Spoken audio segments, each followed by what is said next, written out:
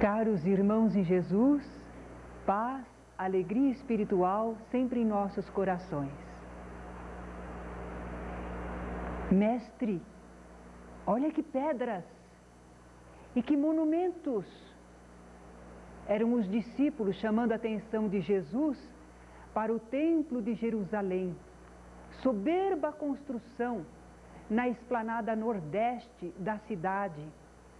Era constituída por grandes blocos de pedras brancas que alcançavam entre 30 ou 20 metros de altura e tinha uma superfície dupla graças a um sistema de aterro e de muros de arrimo. O edifício central do templo estava rodeado por 4 pátios. O mais interno era o pátio dos sacerdotes, onde somente os sacerdotes entravam para as atividades do culto. Inclusive, mais interiormente havia o que eles chamavam Santo dos Santos, que era o lugar onde era oferecido incenso, onde havia a comunicação do sacerdote escalado para aquela ocasião receber as bênçãos de Deus. Mais externo um pouco havia o pátio dos israelitas, com uma ala para as mulheres. Ali só entrava o povo israelita, mas as mulheres se direcionavam para o pátio que lhes era destinado, reservado. E o outro pátio mais externo era o pátio dos gentios. No pátio dos gentios poderiam entrar quaisquer pessoas, fosse israelita ou não, de outras raças, de outras religiões. Era o pátio mais externo, era onde eles podiam chegar. Havia uma placa que dizia que quem passasse dali para diante, sem ser israelita, estaria sob pena, inclusive, de morte. Mas no pátio dos gentios, gentios quer dizer estrangeiros, poderiam entrar todas as pessoas. Esse templo já estava em construção há 46 anos. Ele ainda ia demorar um pouco para ficar acabado, completo. E trabalhariam nele cerca de 10.000 operários. Mesmo assim inacabado, ele já era majestoso. Ele se destacava entre o casario modesto da capital judaica. Porque o povo israelita não obteve maior expressão nas ciências, nas artes, nas técnicas. Todo o movimento deles era em torno de Deus. E justamente por isso ficava um simbolismo muito lindo, que o edifício mais destacado na capital judaica fosse o templo, onde se tratava dos assuntos religiosos espirituais. Esse templo estava todo ornado de formosas pedras e dádivas. No lugar santo eram de ouro o altar para o incenso e o castiçal de 7 braços. E lá no pátio dos sacerdotes, aquele altar dos sacrifícios, onde eles sacrificavam os animais, faziam as oferendas, e havia um mar que eles chamavam mar de bronze. Era um tanque muito grande, enorme, onde eles tinham a água para a higiene, para a limpeza do templo. Eram maiores do que nunca, então, esse altar e esse mar de bronze. Vários pórticos davam acesso ao templo. Um deles, o meridional, também chamado de real, era constituído por 162 colunas, cada uma delas tão larga, tão grande, que eram precisos 3 homens para abraçá-la. Os israelitas, é claro, admiravam o seu templo e dele se orgulhavam muito, porque significava a pujança da raça e da nação hebraica. Significava o testemunho vivo da aliança deles com o Deus único. Eles se orgulhavam muito daquele templo, eles o respeitavam muito. E era por isso que os discípulos estavam dizendo a Jesus: Mestre, olha que pedras e que monumentos. Mas Jesus respondeu: Vedes tudo isto? Dias virão em que não ficará pedra sobre pedra que não seja derrubada. Ah, mas esta resposta do mestre causou um impacto tremendo. Um impacto assim de surpresa, inesperado. Como? Jesus, o mensageiro divino, falando daquela maneira do templo de Jerusalém, que ele iria ser destruído? Surpresa, espanto, uma estranheza. Não, isto não pode ser. E medo, insegurança, porque se nem o templo de Jerusalém estava seguro, estava firme, protegido, o que seria do povo? Então aquela resposta de Jesus causou um impacto muito grande. Por que teria Jesus falado dessa maneira? Será que ele estava profetizando, falando do futuro? Será que Jesus estava divisando aquilo que ainda iria acontecer? Sim, porque cerca de 37 anos mais ou menos depois, no ano 70 depois de Cristo, houve uma invasão da cidade de Jerusalém. A cidade ficou inicialmente sitiada pelo exército romano, comandado por Tito, e depois a cidade foi invadida e o muro, o templo, foi todo destruído, foi incendiado. Será que Jesus estava vendo no futuro e falando a respeito? Mesmo que não fosse. O templo era construído com coisas materiais e a matéria é muito mutável. De alguma maneira, algum motivo surgiria para que o templo começasse a ser corrompido, degenerado e finalmente seria destruído. Mas eu acho exatamente que o propósito de Jesus era esse.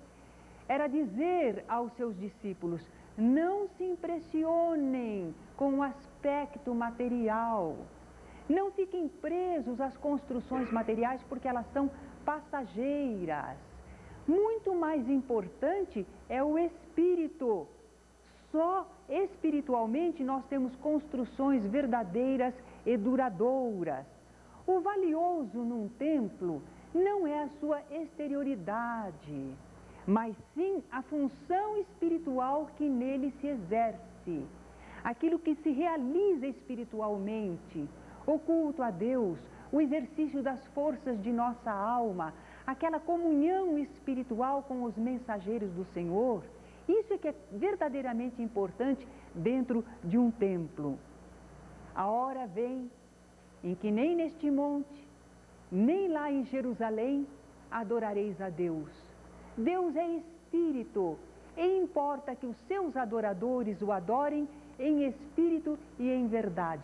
Palavras de Jesus à mulher samaritana à beira do poço de Jacó. E realmente essa é a verdadeira adoração, em espírito, no nosso eu, no nosso interior, no nosso íntimo. Nós estamos aprendendo a adorar a Deus desta maneira, naquele sentido do nosso espírito estar impregnado, vivendo este amor a Deus e ao próximo. Em verdade, porque não pode ser de aparência, não pode ser fingido, não pode ser mentiroso, não pode ser hipócrita. Ou nós estamos adorando a Deus, amando ao próximo, ou não estamos. Não adianta aparência, não adianta simulação. Por isso, Jesus disse em espírito e em verdade. E numa outra ocasião ele comentou: nem todo aquele que me diz Senhor, Senhor, entrará no reino dos céus, mas aquele que faz a vontade do meu Pai que está nos céus. Jesus era o exemplo dessa adoração verdadeira. Porque onde ele estivesse, com quem ele estivesse, conforme a situação, sempre ele estava adorando a Deus, amando ao Pai e servindo a Deus através do amor ao próximo. Ele mesmo dizia: eu não busco a minha vontade, mas a vontade daquele que me enviou, a vontade de meu Pai. A minha comida, ele dizia, quer dizer, eu me alimento, o meu alimento qual é? É fazer a vontade do meu Pai que está nos céus. E assim ele ia pelos montes. Nós vemos Jesus realizando atividades espirituais, comunicação espiritual, nos montes lá da região da Palestina. Por exemplo, o Sermão da Montanha não foi pronunciado na encosta de um monte? E foi também num monte que ele se transfigurou e apareceram Moisés e Elias, e ele conversava com eles, uma verdadeira sessão de materialização, em pleno ar livre. Mas também nós podemos lembrar do mar da Galileia. Era um grande lago, mas para eles chamavam de mar. E conforme a localidade era chamado mar de Tiberíades, o mar de Cafarnaum, o lago de Genezaré, mas em verdade era o mesmo local. E nós podemos lembrar de Jesus levitando sobre as águas desse lago, ou produzindo uma pesca admirável, que é chamada de pesca milagrosa. Nós sabemos que o milagre, como derrogação das leis divinas, não existe, não é?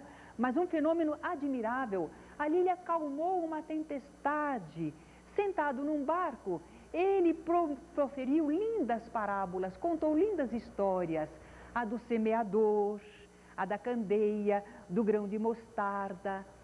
Pelas ruas, ele realizava fenômenos, dialogava com as pessoas falando do reino de Deus, curou uma mulher que há mais de 12 anos sofria de uma hemorragia, de um fluxo sanguíneo, e também numa estrada ele curou aquele cego, lá perto de Jericó, afastou um espírito endemoniado à beira de um cemitério, dos sepulcros, aquele pobre endemoniado de Gadara, mas também no interior dos lares Jesus adorava a Deus. Olha Zaqueu, quando Jesus vai à casa dele para ter com ele, dialogar longamente, e Zaqueu se transformou, se renovou, se converteu, quer dizer, mudou a sua rota, o seu caminho, depois desse encontro com Jesus. Ou ainda podemos lembrar a filha de Jairo, o principal da sinagoga de Cafarnaum, como Jesus vai e reanima aquela menina que o pessoal já pensava que estava morta, mas estava num estado especial do qual sozinha não sairia. Foi preciso a ajuda de Jesus, ajuda magnética, a sua autoridade moral para conseguir que a menina se reanimasse. No interior de Lar ainda nós podemos lembrar aquela casa em que o paralítico foi descido pelos seus amigos através de um buraco que eles fizeram no telhado. Mas espera lá, não era um telhado como o nosso. Era um telhado segundo a época, dos materiais, dos trançados que eles usavam para fazer a cobertura das casas. Mas Jesus ali curou aquele homem paralítico. E também nós podemos lembrar uma reunião na casa de Simão, o fariseu, quando aquela mulher pecadora chorava sobre os pés de Jesus, porque ela se julgava muito pecadora e necessitada de arrependimento. E Simão fariseu olhava e dizia, se ele soubesse, se ele fosse um Messias mesmo, se ele fosse um profeta, saberia quem é essa mulher que o toca, é uma pecadora, e não se deixaria tocar por ela. Mas Jesus então ensina a Simão o fariseu que quanto mais a pessoa ama e vibra para o bem, mais ela é perdoada, porque aquilo que ela produz de bem equilibra a balança divina. Mas aquele a que pouco se perdoa é porque pouco ama. Um ensinamento tão lindo, assim no interior de uma casa. E a ceia pascual? Numa casa emprestada, Jesus teve com os seus apóstolos a última ceia antes do seu sacrifício. E ali que ensinamentos admiráveis ele passou no sermão chamado Sermão do Cenáculo. Mas no Jardim das Oliveiras também, no Horto das Oliveiras, quando Jesus já estava prestes a ser aprisionado, ele está em angústia por sentir que as criaturas não o acolheram como ele desejava tanto, vão perder a oportunidade da sua presença. E ele queria tanto que as pessoas progredissem, se melhorassem, pudessem receber o seu ensino. Então a angústia moral de Jesus era muito grande. E ele ora, e um anjo o aparece, um mensageiro divino, consolando-o e confortando-o naquele momento, ao ar livre, num jardim. Mas no Gólgota também, quando Jesus já está crucificado, em sacrifício inenarrável, em sofrimento terrível, Jesus ora ao Pai, está em comunhão com o Pai. Pai, perdoa-os, porque eles não sabem o que fazem. Por isso, porque Jesus estava sempre em atividade espiritual, onde ele fosse, com quem estivesse, ele podia dizer como disse, derribai este templo e em 3 dias eu o reconstruirei. Pensaram que ele falava do templo de Jerusalém, mas Jesus estava falando do seu corpo. derrubem este templo, porque ele fazia do seu corpo um templo para servir a Deus incessantemente. E ele haveria de reerguer de novo esse templo. Como reerguer? Sim, se fosse preciso, Jesus poderia providenciar um outro revestimento material. O espírito não morre com o corpo, e o espírito conserva o seu perispírito, o seu corpo espiritual, através do qual ele se liga à matéria e pode reencarnar, plasmar novamente. Antes disso, o espírito desencarnado pode produzir uma aparição e até mesmo uma materialização. Era isso que Jesus estava falando. Ele faria isso em 3 dias. Só 3 dias? Porque normalmente nós, quando desencarnamos, levamos muito mais tempo para nos reajustarmos, para nos pacificarmos, para aceitarmos a situação, para estarmos em condições de ressurgir, de reaparecer perante os nossos seres queridos. Para nós não é tão fácil assim, mas Jesus em 3 dias realizou tudo o que precisava, lúcido, e conseguiu fazer a sua aparição e materialização perante os seus apóstolos, para consolidar neles a fé na existência e imortalidade do Espírito. Como vemos, tanto no corpo de carne como no corpo fluídico, Jesus continuava adorando a Deus em espírito e em verdade. E nós, o nosso corpo, é o nosso templo individual. Cada um de nós, em si mesmo, adora a Deus. Somos espíritos encarnados e além do nosso perispírito, aquela veste fluídica que nos serve de instrumento para a ação no plano espiritual, nós temos um corpo de carne que nos serve para a ação no mundo terreno. Nós estamos revestidos por 2 corpos, mas este corpo de carne, seja feio ou bonito, saudável ou enfermo, íntegro ou deficiente, ele realmente foi planejado para ser um templo divino, para que se cumpram desígnios divinos. Não é ao acaso, não foi à toa que Deus nos criou e nos fez encarnar. É para um planejamento divino, para o cumprimento das leis de Deus. E o que é que nós estamos fazendo com este templo que o Senhor nos concede? Com este corpo que podemos usar? Será que nós estamos entregando às drogas, ao fumo, ao álcool? O que estamos fazendo do nosso corpo, nele, com ele? Será que nós estamos nos excessos alimentares que o prejudicam? Ou nos excessos sexuais? Será ainda que nós estamos naquele descontrole emocional? Dizem que quando nós ficamos nervosos, irritados e brigamos, nós nos aniquilamos um pouco. Será que estamos permitindo esta destruição do patrimônio que Deus nos concedeu? Sim, porque todo este conglomerado de células, toda esta matéria está atenta ao nosso comando, ao comando do nosso espírito. Ela obedece, ela recebe os estímulos do nosso eu espiritual. Respeitemos o nosso corpo, patrimônio divino. Respeitemos este nosso corpo e através dele cultivemos este rito divino, sublime, espiritual, a adoração a Deus, o cumprimento da vontade divina, em ações de fraternidade, ações dignas, ações de superioridade moral. Fazendo do seu próprio corpo um templo, Jesus prestava culto a Deus e não precisava do templo de Jerusalém. Ele era autônomo, independente. Ele não dependia do templo de Jerusalém para adorar a Deus, porque ele sabia adorar a Deus em tudo que ele fazia. Ele não dependia das prescrições dos doutores da lei, ou das ordenações dos sacerdotes, dos ritos que eles oficiavam, absolutamente.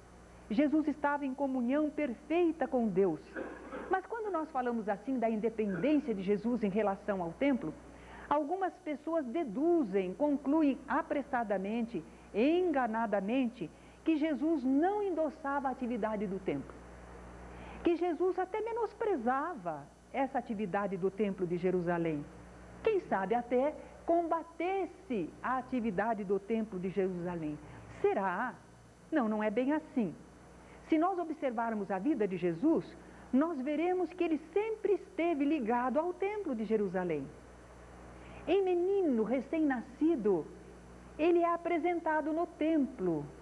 Chegamos até a pensar que o templo de Jerusalém funcionava como se fosse um registro civil para o povo israelita.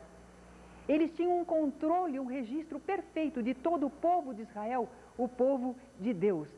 Havia cerimônia de apresentação da criança no templo. E ali, quando Jesus foi apresentado no templo de Jerusalém, houve manifestações espirituais que testemunhavam a sua missão através do profeta Simeão e da profetisa Ana. Foram os pais de Jesus que o levaram ao templo para aquela apresentação. E durante a vida de Jesus, enquanto os pais tinham aquela responsabilidade, eles iriam levar o menino sempre ao templo, nas festividades, nas atividades, naqueles compromissos espirituais do povo israelita. É missão mesmo dos pais levar os filhos ao campo religioso.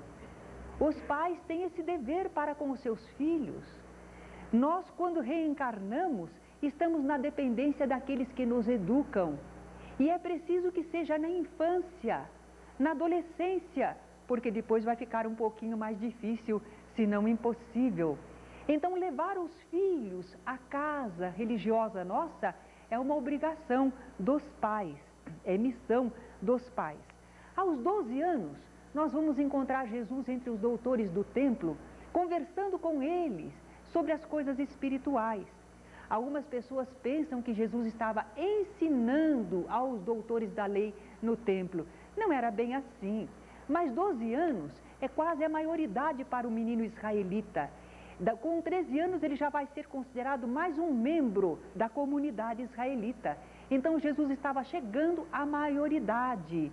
E ele estava sendo interrogado, lhe faziam perguntas em torno dos conhecimentos da sua religião. E ele respondia muito bem, brilhantemente. E era isso que admirava os doutores da lei, que aquele menino já estivesse tão versado no conhecimento, na lei do seu povo. Mas José e a mãe de Jesus chegaram mais tarde aflitos procurando, porque não tinham percebido que o menino ficara na cidade. Só mais tarde, a caminho, junto com a caravana, eles perceberam que Jesus não estava com eles. E voltaram procurando e o encontraram lá no templo. Então Maria disse: meu filho, por que nos fizeste isto? Nós estávamos tão aflitos te procurando. E Jesus respondeu: por que me procurava? Não sabem que eu tenho que cuidar dos negócios do meu pai? Negócios do meu pai dele, não de José, de Deus. Ele estava aludindo ao pai de todos nós, ao Criador. E que negócios são esses de Deus? São os assuntos divinos, os assuntos espirituais. Jesus bem sabia disso. Ele pressentia, sabia da sua tarefa. Então ele cuidava desde menino dos assuntos espirituais. Mas olha lá, ele está conversando com os doutores da lei no templo de Jerusalém. Bem, todos os bons espíritos sempre vão dar aquela cobertura às casas religiosas, às casas que tratam dos assuntos espirituais. E eles não fazem separação entre este ou aquele templo, desta ou daquela confissão religiosa. Onde as criaturas se reúnem para pensar em Deus e buscar a verdade, aí estão os bons espíritos do Senhor, porque eles respeitam, eles apoiam a função espiritual dos templos, não só o de Jerusalém. Eles se utilizam desses agrupamentos espirituais, zelam por eles, procuram trabalhar, cooperar nos seus serviços, numa presença constante e devotada. Um bom espírito reencarnando na terra, desses espíritos que querem servir a Deus, certamente ele vai se encaminhar para servir num campo religioso. Ele não vai poder ficar à distância. Ele sabe que tem que tratar dos negócios do Pai, como Jesus o queria fazer já aos 12 anos de idade. Mas Jesus, também adulto, frequentava sempre o templo de Jerusalém. Certo, ele podia agir à distância, espiritualmente independente, mas ele ali comparecia pessoal e voluntariamente. Bom, Jesus, quando chegava ao templo, ele não entrava no Santo dos Santos, ele não entrava nem no pátio dos sacerdotes, porque ele não era um sacerdote dos israelitas. Não era porque Jesus era da tribo de Davi e não era da tribo de Levi, só da tribo de Levi que saíam os sacerdotes. Então Jesus não era um sacerdote entre eles. Ele não podia entrar naquele pátio mais interno, mas no pátio dos israelitas, sim, Jesus entrava. Ele era um israelita. E também no pátio dos gentios, ao redor. E era ali, ou no pátio dos gentios ou dos israelitas, que Jesus conversava com as pessoas, ensinava, transmitia aquele patrimônio espiritual que estava com ele. Por exemplo, ele falava com o povo transmitindo ensinamentos admiráveis, mas também aos seus discípulos. Lembram aquela lição da esmola da viúva, tão pequenininha a esmola e entretanto tão importante diante de Deus? Mais importante do que muita gente que tinha colocado ali no gasofilácio grandes somas, grandes quantidades de dinheiro. Jesus ensinou isso ali no templo de Jerusalém. Ali também ele debateu com os fariseus, porque os fariseus não entendiam bem como é que poderia ser o Messias. Se o Messias viria do povo, o Messias teria que ser descendente de Davi. Então Jesus pergunta a eles: que pensais vós do Cristo? De quem ele é filho? E eles respondem: de Davi. Mas Jesus vai demonstrar que Davi em espírito chama o Messias de Senhor. Então como é que é possível, se o Messias seria descendente de Davi, que ele chame de Senhor ao seu ancestral? Porque entre eles havia aquela hierarquia. Os descendentes são mais humildes em relação aos seus ancestrais. Mas o Messias seria superior em espírito ao seu ancestral Davi, tão respeitado por eles. Também foi ali no templo de Jerusalém que Jesus afirmou aos saduceus que não acreditavam em ressurgimento espiritual. E muitos israelitas até hoje são saduceus. Eles acreditam em Deus, querem que Deus lhes conceda uma boa vida, uma grande descendência, que os seus filhos sejam muito abençoados, mas em verdade eles não esperam continuidade da vida espiritual. Eles acreditam também que morreu, acabou, mas que Deus os abençoa para a vida terrena, se eles forem bons servidores de Deus. E os saduceus então não acreditavam na ressurreição e fizeram a Jesus uma pergunta sobre uma mulher que teria casado com 7 irmãos sucessivamente, e quando no plano espiritual, de qual dos 7 ela seria esposa? E Jesus esclarece que no plano espiritual eles não se casam e nem se dão em casamento, que os vínculos terrenos só vão perdurar no sentido do amor, mas não os vínculos de pertencermos corporalmente uns aos outros. E Jesus ensinou isso aos saduceus lá no templo de Jerusalém. Lá também ele propôs aos sacerdotes parábolas alertadoras para aqueles sacerdotes que estavam meio desviados do caminho do bem. Ele contou a parábola dos 2 filhos, dos lavradores maus. Jesus, fora do templo, por exemplo, curou um leproso, mas disse ao leproso curado: vai ao templo, mostra-te aos sacerdotes e oferece pela tua purificação o que Moisés determinou para lhe servir de testemunho. Quer dizer que Jesus não desviou a pessoa do templo e não disse: você não precisa ir lá, eu já te atendi. Não era preciso que ele voltasse lá por uma razão muito prática e lógica. O sacerdote precisava declarar que ele já estava puro novamente, que a sua impureza, que era a sua lepra, já tinha acabado, para ele voltar ao convívio social. Mas também para servir de testemunho aos sacerdotes, que presos num determinado ambiente, só naquelas atividades, eles às vezes não tinham oportunidade para conhecer outros ensinamentos e não tinham a oportunidade de presenciar aqueles feitos admiráveis de Jesus. Então Jesus encaminha o leproso para o templo de Jerusalém. Jesus disse também certa vez: na cadeira de Moisés. O que significa isso? Quer dizer, com a autoridade de Moisés, com a autoridade na lei de Moisés, o conhecimento das leis baixadas por Moisés e recebidas através dos profetas.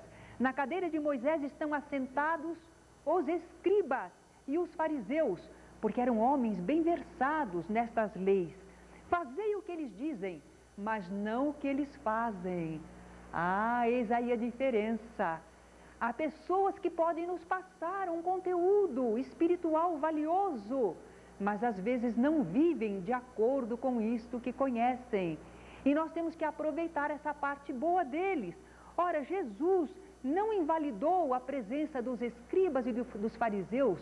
O seu trabalho, o seu conhecimento apenas aconselhou o povo para não fazer o que eles faziam, porque eles agiam errado. Jesus indo ao templo, nem sempre talvez fosse bem recebido. O povo sim, ficava preso e interessado na palavra de Jesus. Mas os sacerdotes, os fariseus, os escribas, os doutores da lei, Jesus encontrava muita dificuldade. Até armadilhas eles preparavam para apanhá-lo em alguma falta, para ver se Jesus dizia alguma coisa imprópria, alguma coisa contrária à lei deles. Foi lá que perguntaram a Jesus: é lícito pagar o tributo a César? Mas Jesus soube responder: de quem é esta moeda? É de César? Então dai a César o que é de César e a Deus o que é de Deus. Jesus saiu-se muito bem dessa armadilha. Mas apesar assim de ser hostilizado às vezes, Jesus nunca deixou de ir ao templo de Jerusalém. Ele não se omitiu, nunca deixou de comparecer, nem mesmo quando já era perseguido para a morte. Talvez alguém me lembre, mas Jesus também fez a expulsão dos vendilhões do templo. É verdade, esse episódio é muito interessante e foi relatado pelos 4 evangelistas. Mas será que isto representa uma condenação à atividade do Templo de Jerusalém? Vamos relembrar esse episódio para entendê-lo bem. Certa vez, no templo, Jesus fez um azorrague de cordéis, um chicotinho, e começou a expulsar a todos que compravam e vendiam. Afugentou os animais, as ovelhas, os bois, que ali eram vendidos para sacrifício, derramou pelo chão o dinheiro dos cambistas, virou as mesas deles e as cadeiras daqueles que vendiam pombo, e não deixava que ninguém passasse qualquer utensílio pelo templo. Nossa, Jesus estava transtornado, hein? Ele estava colérico. Quem falou isto? Reparemos que na narrativa evangélica nos diz: pediu aos que vendiam os pombos: tirai daqui estas coisas. Que coisas? As gaiolas. Porque ele derrubou as cadeiras dos que vendiam pombos, derrubou as mesas dos cambistas, mas não derrubou as mesas em que estavam as gaiolas dos pombos, porque senão eles se machucariam. Jesus não feriu nem as avezinhas. Aquele chicotinho serviu para afugentar os animais.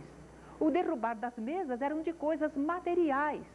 Mas nós ficamos perguntando: ovelhas e bois no templo?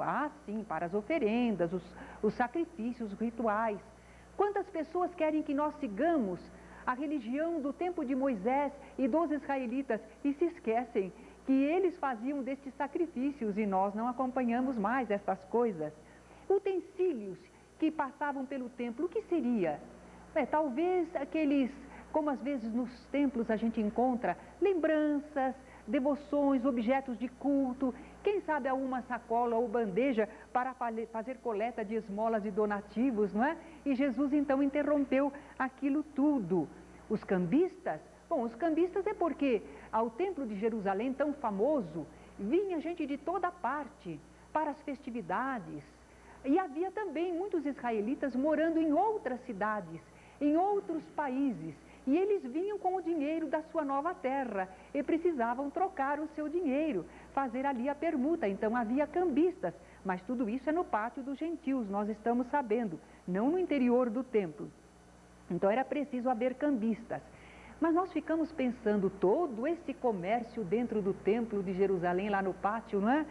Devia realmente ser assim, uma confusão, uma gritaria, vozerio, cada um apregoando as suas mercadorias, as possibilidades. Seria realmente um tumulto, uma agitação, uma movimentação, aquele jogo de interesses, disputas, ambição.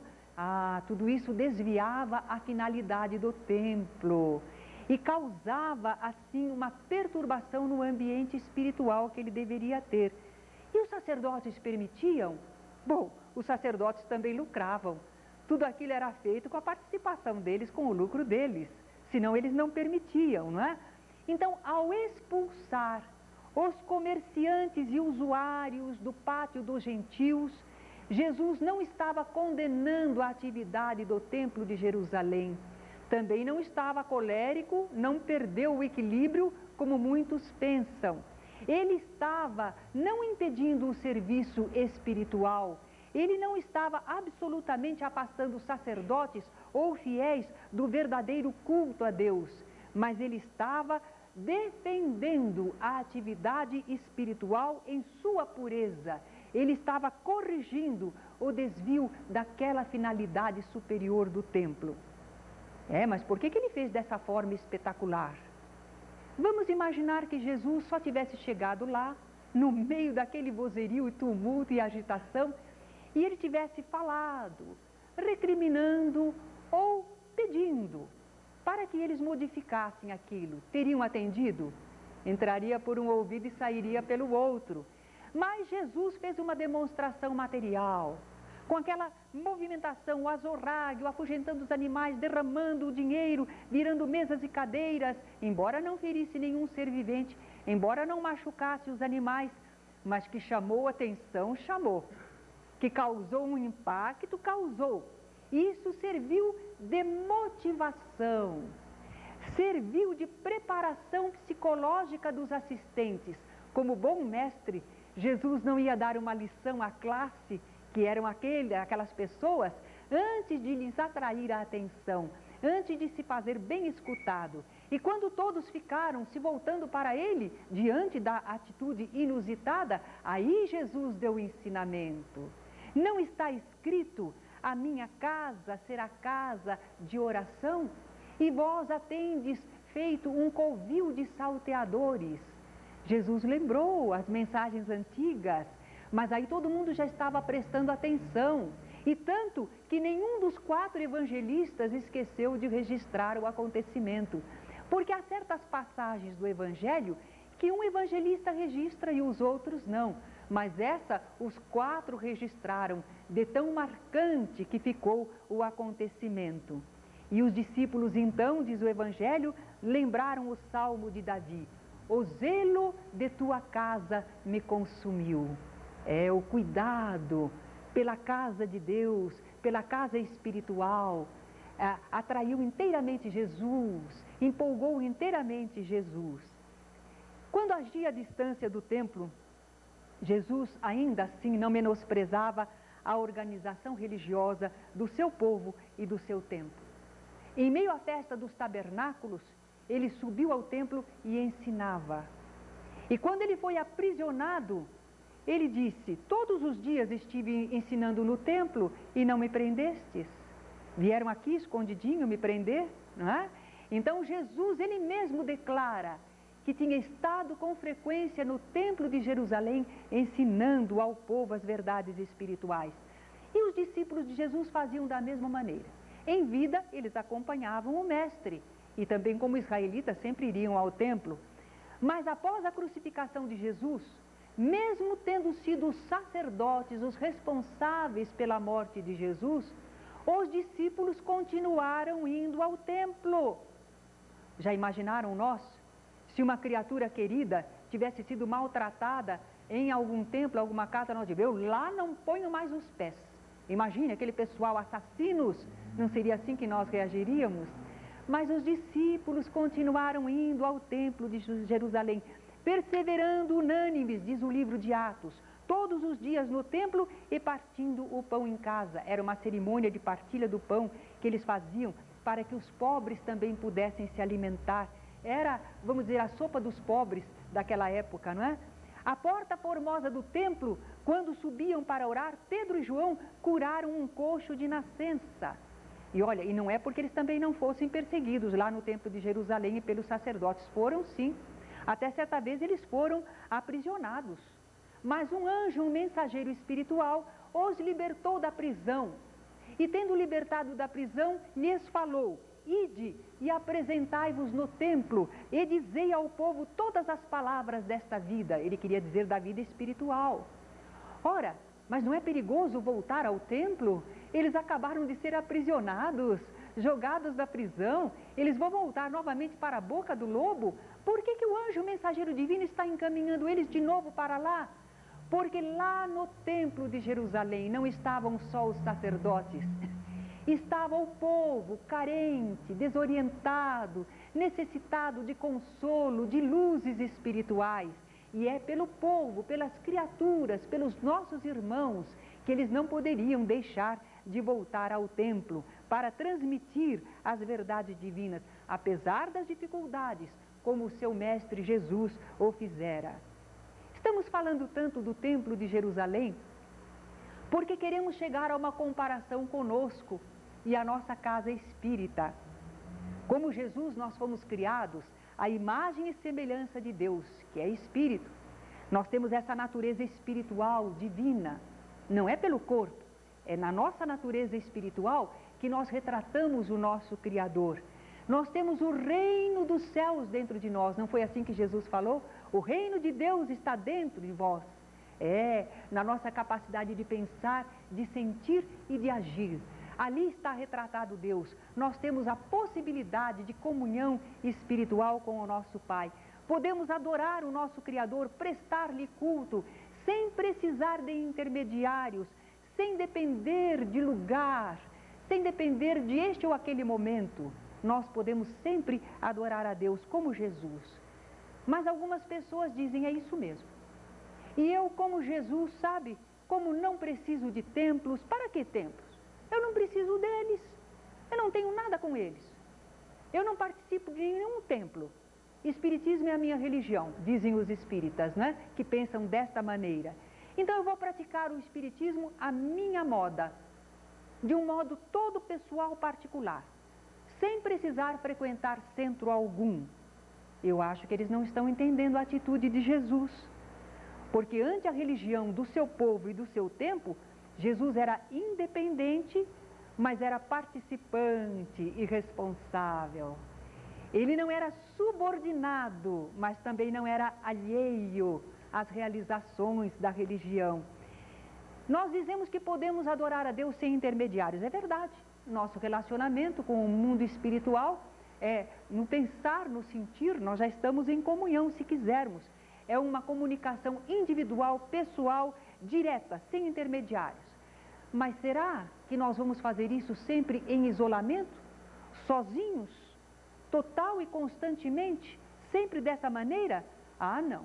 Se nós quisermos resultados maiores e melhores, nós temos que fazer em conjunto. A união faz a força. Em grupo, a ação espiritual fortalece mais os nossos propósitos. Às vezes uma pessoa diz assim, eu quero fazer o bem. Mas sabe, eu sou umzinho só no meio de uma multidão adversa.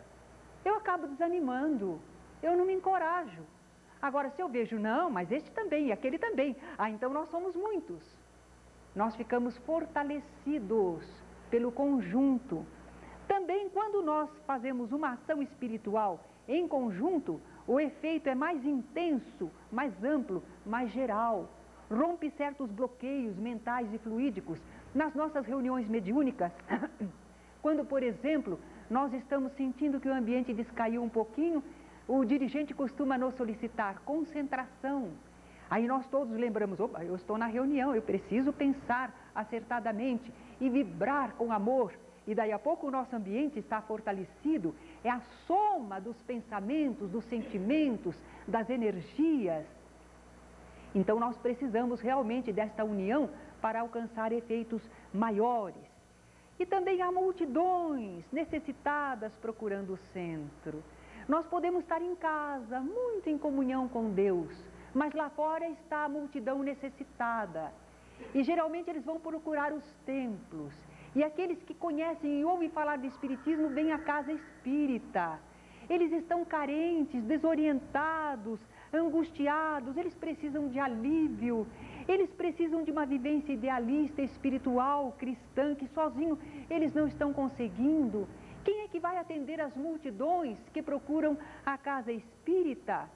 Como nós podemos ignorar ou abandonar esses nossos semelhantes que estão carentes do pão de amor, do pão da verdade?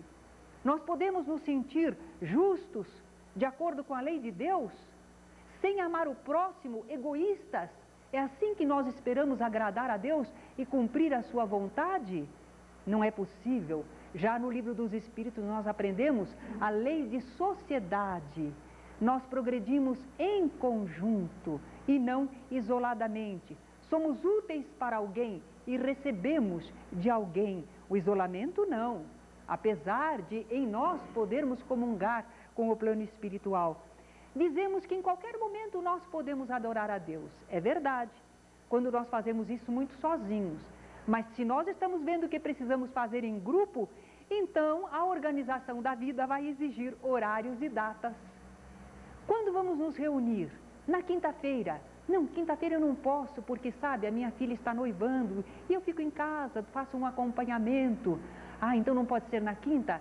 Quem sabe na terça? Terça não posso, eu tenho aula. Na terça-feira à noite não é possível e nós vamos ter que concordar com um dia, um horário em que o grupo possa estar presente. Então nós vamos estabelecer horários também. Não importa o lugar para nós adorarmos a Deus, dizemos nós. Sem dúvida, se nós respeitássemos sempre a nossa natureza espiritual.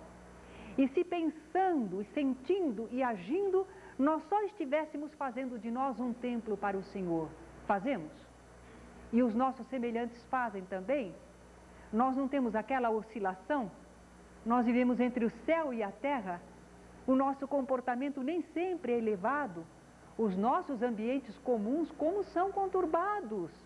Quando a gente vê, por exemplo, o povo num jogo de futebol e aquela massa ululante, se nós pegarmos separadamente aquelas criaturas, talvez encontremos alguém educado, fraterno, simpático, mas naquele contágio da massa que vibra de um modo inferior, as criaturas são arrastadas. Quantas vezes nós, no conjunto aí do povo, diante de um acontecimento, não nos apanhamos falando mal também? É isso mesmo, assim não pode ser, agride, faça, aconteça. Nós nos contagiamos por esses ambientes conturbados. Mas se nós queremos uma comunhão espiritual com o plano superior, nós vamos precisar assim escolher um lugarzinho mais calmo, fazer que esse ambiente nos acolha de um modo mais fraterno, porque às vezes lá fora nem orar nós conseguimos.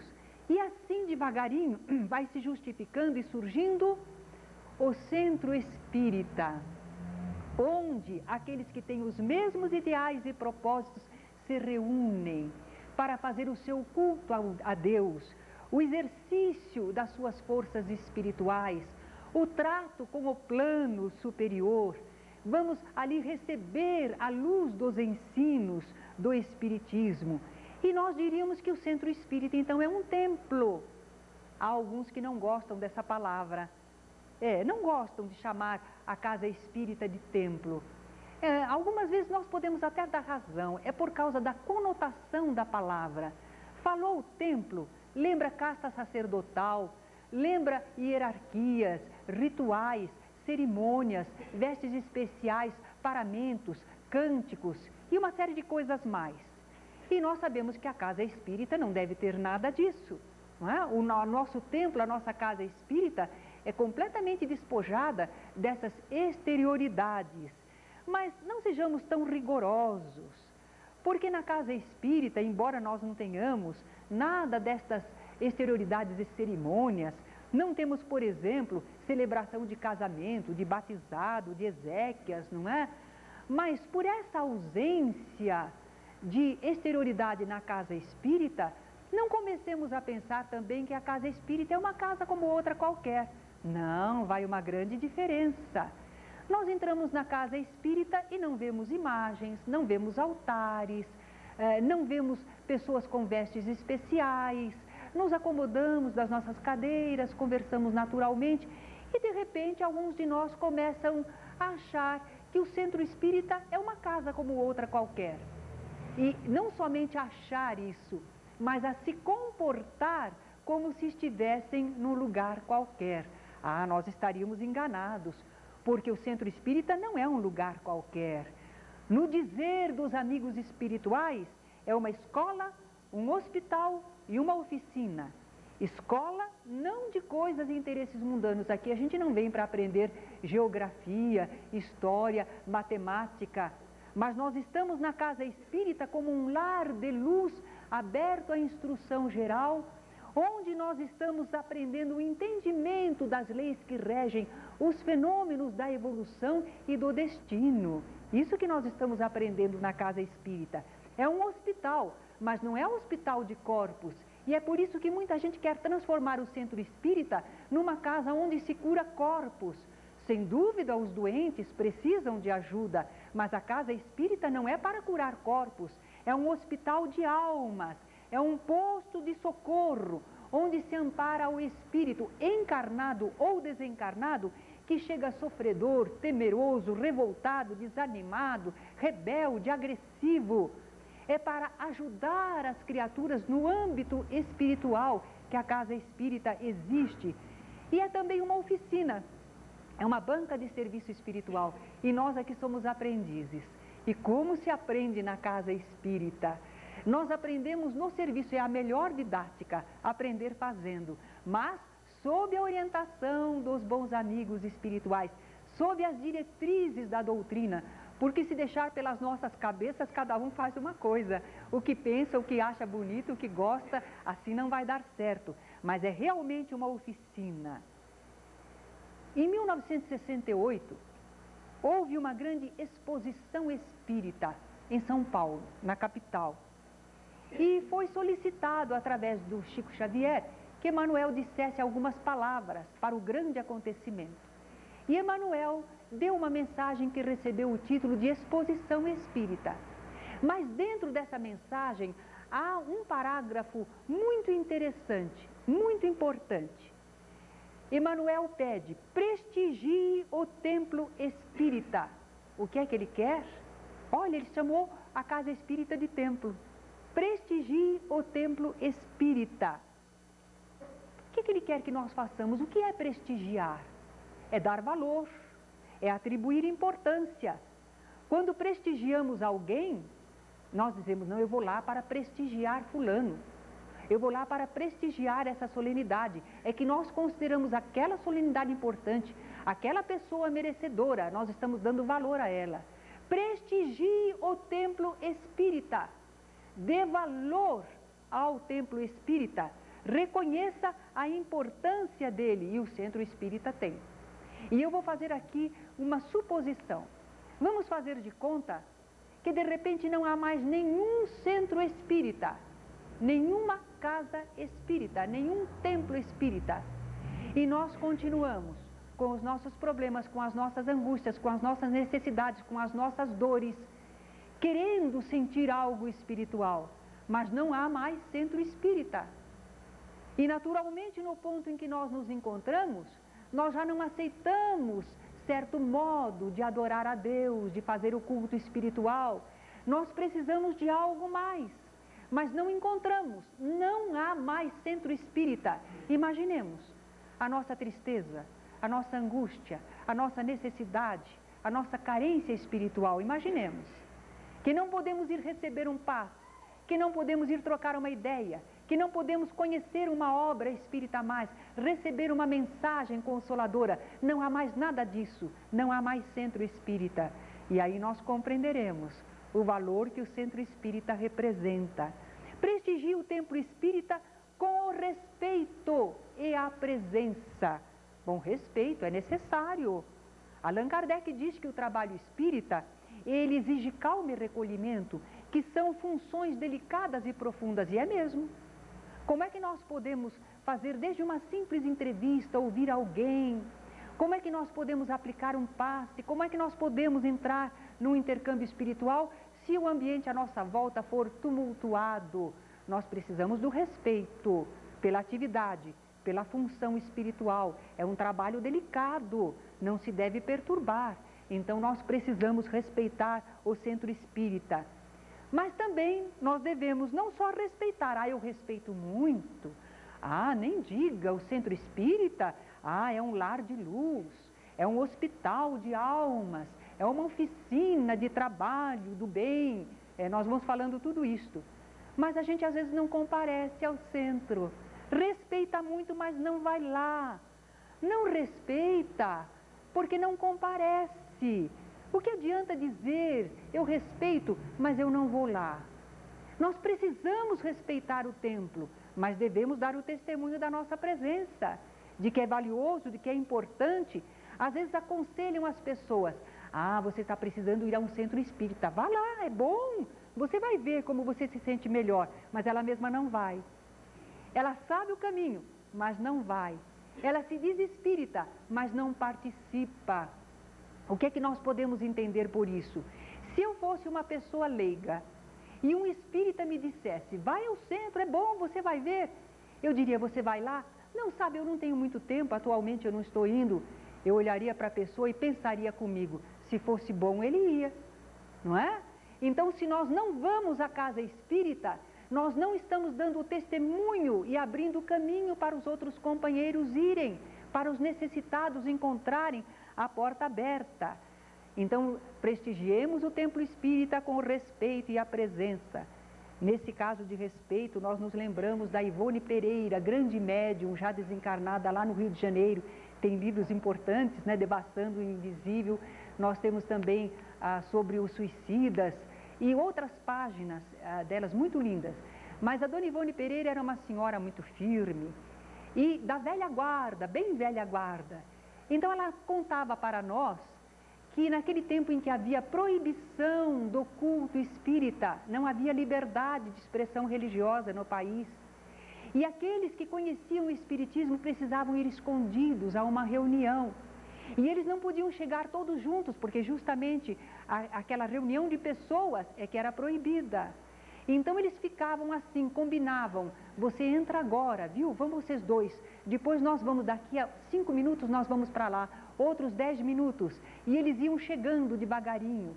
E quando chegavam na casa em que estavam se reunindo, aquilo era tão importante, tão precioso para eles, e eles entravam com respeito, diz ela, como se fosse na ponta dos pés.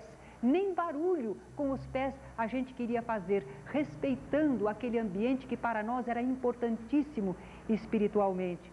E hoje a gente chega no centro espírita, não é? Como? Às vezes em maiores tumultos.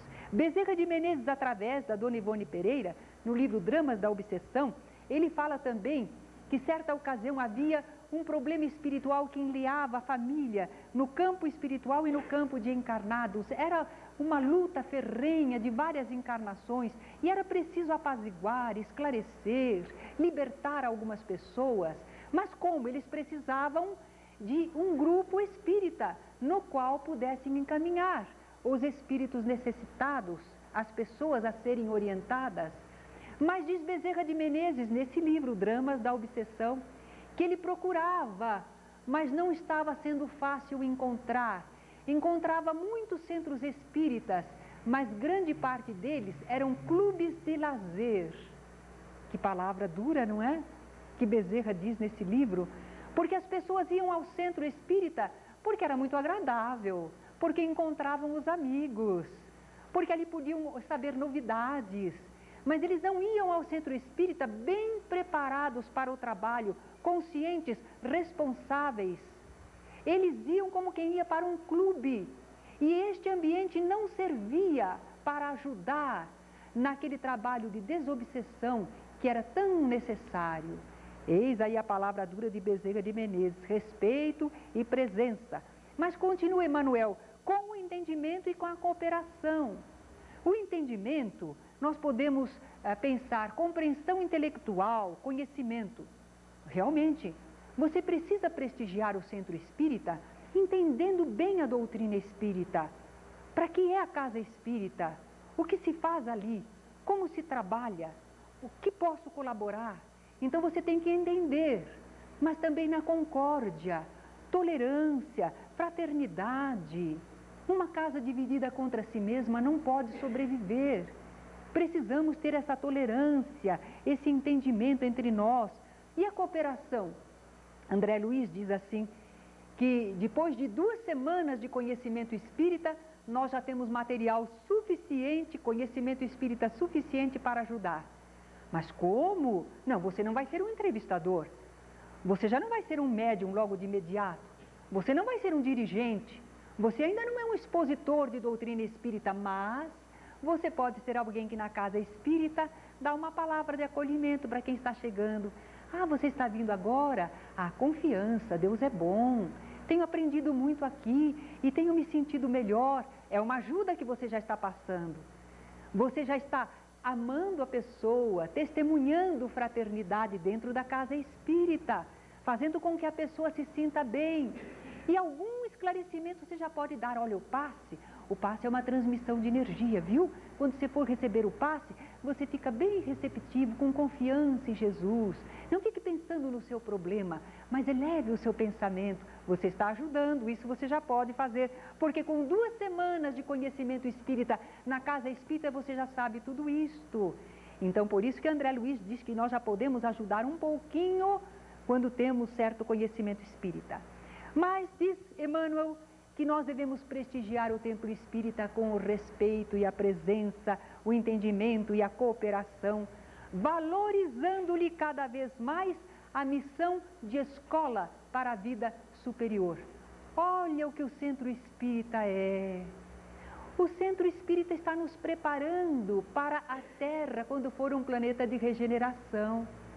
Nós estamos aprendendo como é que iremos conviver quando o planeta Terra estiver melhorado, quando os habitantes da Terra forem pessoas mais esclarecidas, mais evoluídas, mais fraternas. Nós estamos ensaiando nova conduta, uma conduta mais cristã.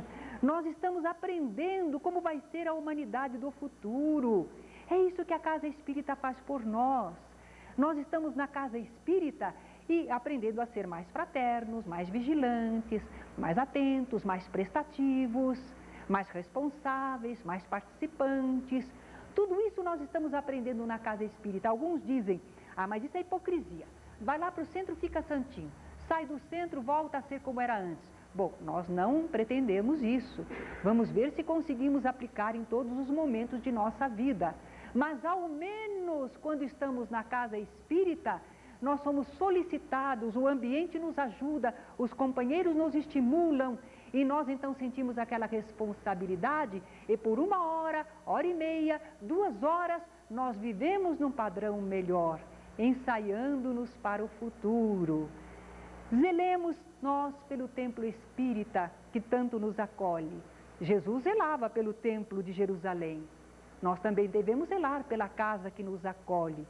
Que aqui na casa espírita não haja comércio desenfreado, não é mesmo? Permuta, barganha, interesses. Às vezes a gente vai à casa espírita porque diz, olha, lá acho que eu vou encontrar fulano, eu estou precisando vender uma casa, quem sabe ele pode comprar de mim. Nós estamos misturando as coisas para encontrar o fulano ou a beltrana, nós temos outras horas, nós temos outras possibilidades. Aqui dentro nós vamos tratar dos assuntos espirituais. Então a casa espírita não é como outras religiões, em que entra o interesse financeiro. Nós não estamos falando mal delas.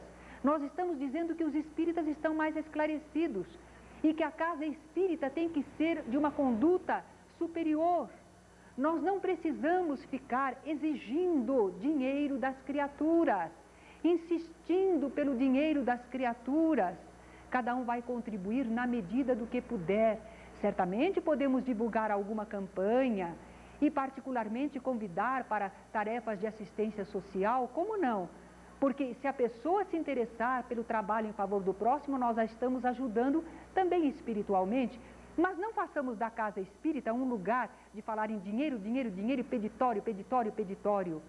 As criaturas vêm buscando algo espiritual e se nós fizermos um peditório, ela vai pensar que está pagando, como era costume fazer antigamente nas religiões, pelos benefícios espirituais.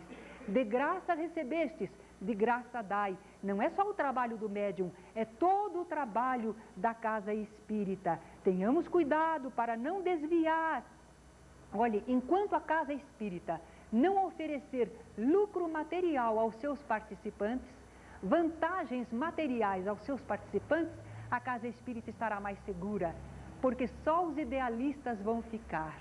Mas se oferecer lucros e vantagens, as pessoas mal intencionadas começarão a permanecer na casa espírita e a disputar esses lugares, essas vantagens. Então, tiremos vantagens materiais da casa espírita, do serviço espírita, porque senão nós estaremos expostos às criaturas mal intencionadas. Deixemos os idealistas perdurarem. Conteúdo doutrinário na casa espírita não pode sofrer deturpações. Pureza doutrinária, vocês já ouviram falar? O que é pureza doutrinária? É tudo aquilo que estiver de acordo com os princípios básicos da doutrina espírita. Se forem ideias e práticas que contradizem estes princípios da doutrina espírita, então não são bons, não servem para o nosso ambiente. Mas como é que pode na casa espírita surgir ideias e práticas que não tenham fundamento no espiritismo, na doutrina espírita? Como é que pode? Através, às vezes, de nós mesmos ou dos novatos.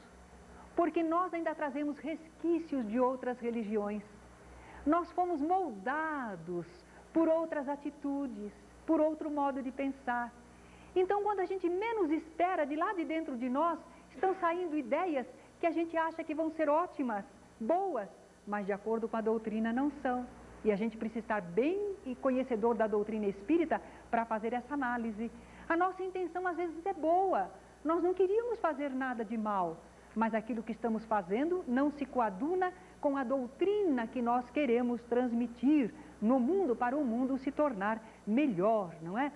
Por exemplo, há pessoas que vêm de outras religiões, começam no movimento espírita cheio de alegria, de confiança. Não, eu sei que há espíritos, eu sei que os espíritos se comunicam. Inclusive, todo dia eu acendo uma velinha para o meu anjo da guarda. E inclusive na casa espírita, vocês não acham que a gente devia ter ali o retrato de Allan Kardec e pôr uma lâmpadazinha sempre para dizer do nosso respeito, da nossa devoção por Allan Kardec? Olha o altar, a vela. Mas a gente não pensava que isso pudesse prejudicar. Prejudica, porque nós estamos nos fixando em coisas materiais e nós estamos ensinando os outros a fazerem também. Quando é que nós vamos nos libertar disso tudo e fazermos uma adoração em espírito e em verdade, prescindindo de coisas materiais, não é? Gestos especiais nos passes, exagerados, não é? Decorados, repetidos. As pessoas podem justificar de todas as maneiras. E nós sabemos que o movimento espírita é livre, não é? Ninguém manda em ninguém. Nós mesmos é que estamos procurando equilibrar o que é bom e o que não é. Trocamos ideias com os companheiros, buscamos acertar. Então, quanto menos exterioridade, melhor para nós, não é? Também não vamos brigar por causa disso e fazermos cisões, dissidências entre nós por causa de pequenas coisas assim. As palavras, por exemplo, a Santa Mãe de Deus. Quem que é Mãe de Deus? Deus é incriado. Deus é que criou a tudo e a todos como Mãe de Deus. Ah, mas eu estou tão acostumada. Maria não é mãe de Deus? Não, ela é mãe de Jesus. Ela foi mãe de Jesus nessa encarnação, mas de Deus ela não é. Jesus não é Deus. Jesus é filho dileto de Deus, é nosso irmão maior. Então, quando a gente fala Maria, mãe de Deus, nós estamos voltando atrás e dialogando e transmitindo ideias que não são ideias espíritas, não condizem com a doutrina. Por exemplo, você vai ser castigado por Deus. Deus não castiga. Existem efeitos das causas. Conforme agimos, nós, dentro da lei divina, nós arrostamos com determinadas consequências. Se os atos forem bons, consequências boas. Se os atos forem maus, consequências más. Mas Deus não castiga. Deus ama sempre. Deus é amor. E o amor não prevê este castigo irritado de alguém orgulhoso que diz, você não fez como eu quis, então você vai ser castigado. Essa noção é antiquada. É uma noção que não condiz com a ideia espírita de Deus. Então a gente precisa ir deixando dessas coisas de falar inferno. Inferno significava lugares inferiores. Nós sabemos que há planos inferiores, mas depois inferno se transformou num lugar determinado para onde vão as pessoas más e de onde nunca mais sairão pela eternidade. Ora, isso não está de acordo com a doutrina espírita. Então a gente não emprega a palavra inferno, porque senão a gente está trazendo ideias contrárias à doutrina espírita. Também nas orações, por exemplo, nós fazemos a oração, se possível, espontânea, fazemos do nosso sentimento, com as palavras simples, embora não precisam ser muitas palavras, Jesus também ensinou isso, mas nós fazemos a oração com simplicidade. Se decorarmos uma prece, no momento em que a falarmos, nós não vamos falar só palavras, nós vamos pensar o que aquilo quer dizer, nós vamos sentir, mas não vamos ficar repetindo orações, nem marcar orações. Olha, você vai para casa e você faz 5 Pai Nosso, por favor, para ajudar essa pessoa, que essa pessoa está precisando. Orações decoradas, repetidas. Não, isto não é de acordo com a doutrina, onde nós aprendemos o que é realmente a prece, como ela funciona, o que ela produz, como nós devemos ter o sentimento e o pensamento para poder fazer uma prece. Isso é doutrina espírita, mas não aquela forma antiga de rezar, como eles diziam, não é? Também na casa espírita pode vir tanta infiltração errada de pessoas mal intencionadas que querem dominar um ambiente, mas de espíritos também adversários, que assumem uma importância, porque às vezes um irmão nosso encarnado fala, a gente não presta atenção, a gente não dá maior importância, mas se for um espírito que falou através do médium, o espírito falou, está falado. Não, nós temos que analisar. Amados, não acrediteis em todos os espíritos, mas experimentai se os espíritos são de Deus. Então, esta análise constante do que está sendo dito, sugerido, é necessário, senão alguns espíritos desencarnados, se valendo da nossa ignorância, da nossa invigilância, podem passar ideias, façam assim, vamos fazer aquilo outro, e nós pensamos, não, mas é o espírito que está mandando, então vamos fazer, é porque precisa, e devagarinho às vezes colocamos na casa espírita uma série de práticas absolutamente desnecessárias. E olha, essas infiltrações são usuais e periódicas.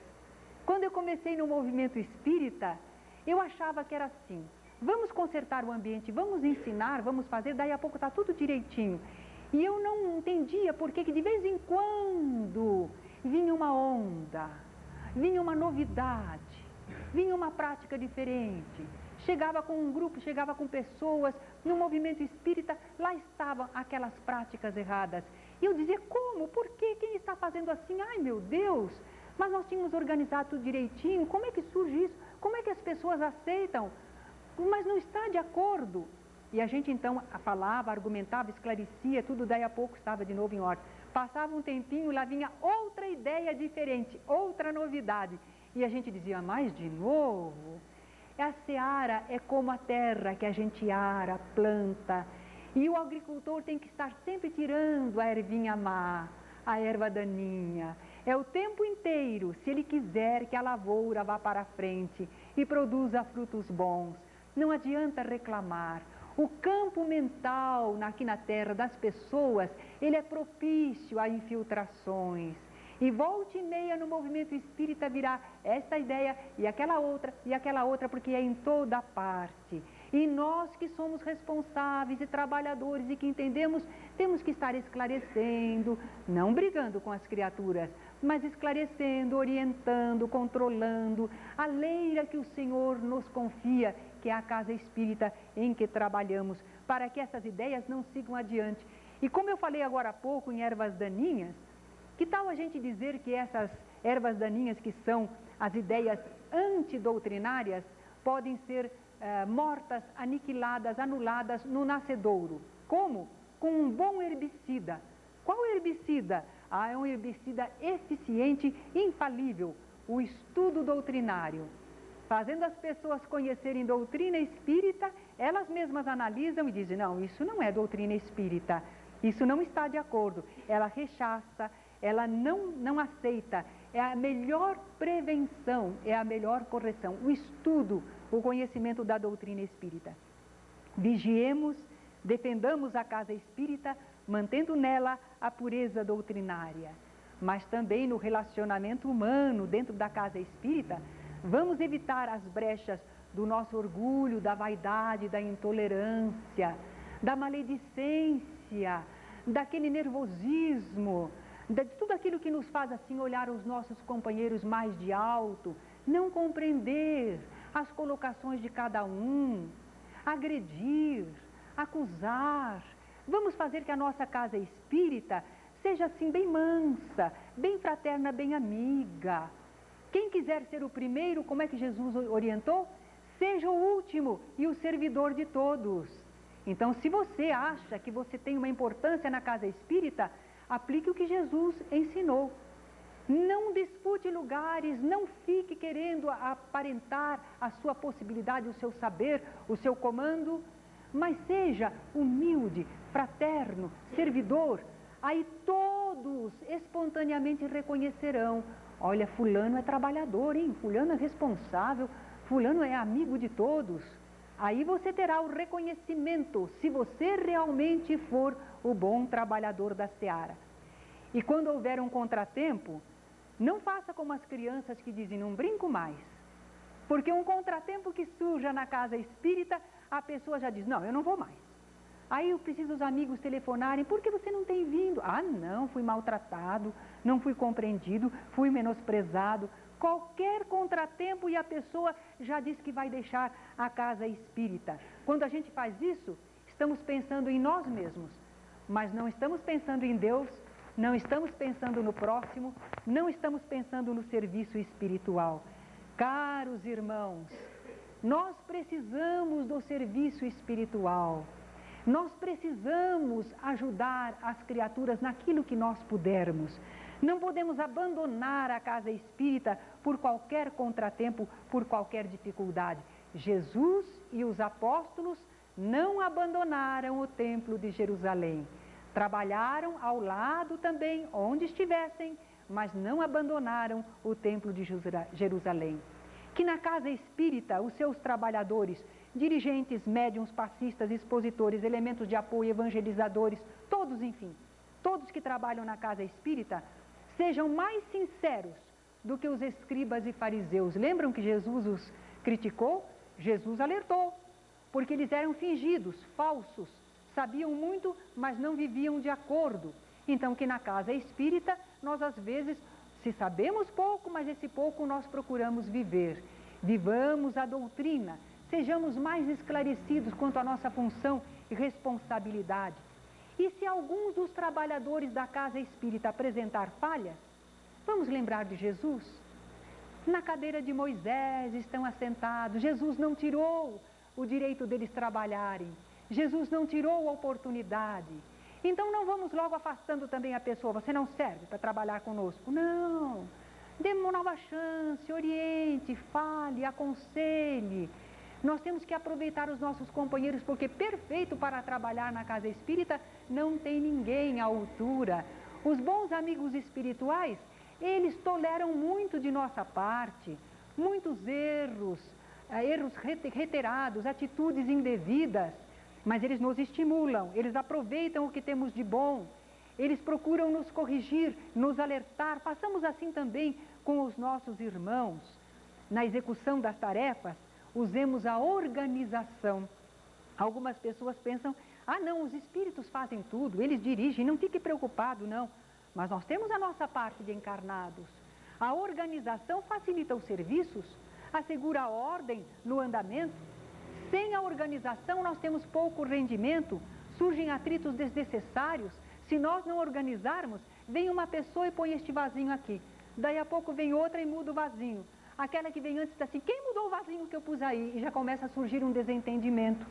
Se nós dividirmos as tarefas, organizarmos, dissermos como as coisas são feitas, como está aceito pela maioria, todo mundo vai fazer ordenadamente e nós eliminaremos muitos atritos e o serviço se faz mais rápido, mais fluente. Sim, organizemos a casa espírita até mesmo diante das leis do país, não é? Dai a César o que é de César. E o centro, ainda pequeno, também se beneficia da organização. Nossa casa é pequena, não precisa disso. Não precisa? Precisa sim, inclusive para crescer.